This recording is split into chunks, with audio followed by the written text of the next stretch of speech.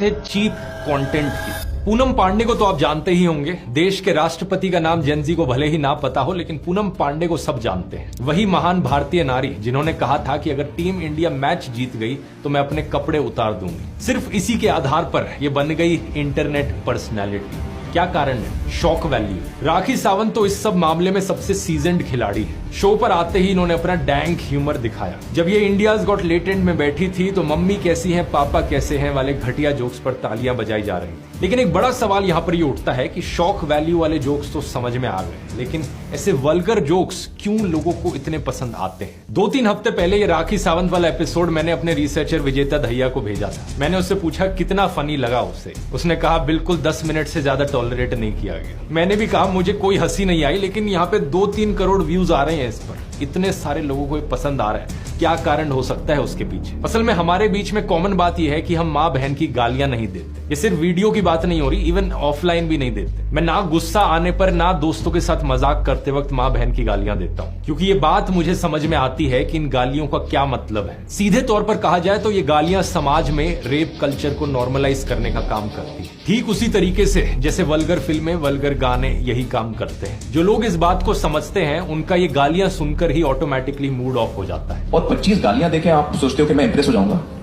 तो गालियों से इंप्रेस होने का मेरी उम्र निकल चुकी है। मैं 14 साल का नहीं हूं कि मैं गाली सुन के हंसूंगा, हाँ गाली दी इसने। I am not impressed by bad language. आप जोक अगर मुझे आप हंसाना चाहते हो तो आप बगैर किसी को चोट पहुंचाए आप मुझे हंसा के दिखाओ तो मुझे मजा आएगा उसमें।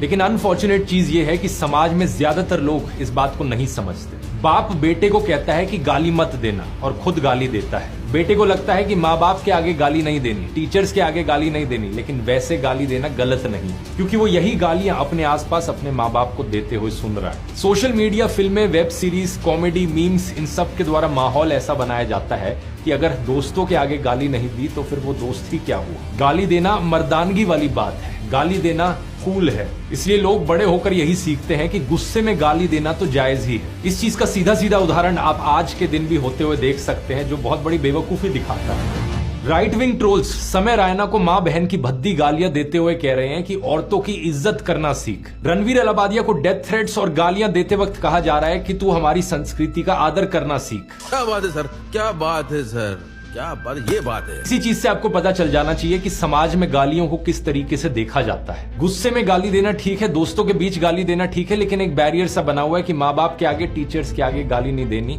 ओपनली नहीं देनी। फिर स्कूल के क्लासरूम में आखिरी बेंच पर बैठा हुआ कोई लड़का मुंह नीचे करके जोर से गाली दे दे, जो सभी लोग सुन ले, तो वो लड़का हीरो बन जाता है अपनी क्लास में। बहुत ही डैंक और कूल। कोई लड़का गाली वाली टी शर्ट पहन लेता है तो उसे लगता है कि बहुत ही डैंक काम कर डाला मैंने। हनी सिंह का गाना आता है party all night, party all night, कान में दम है तो बंद करवा लो। इसे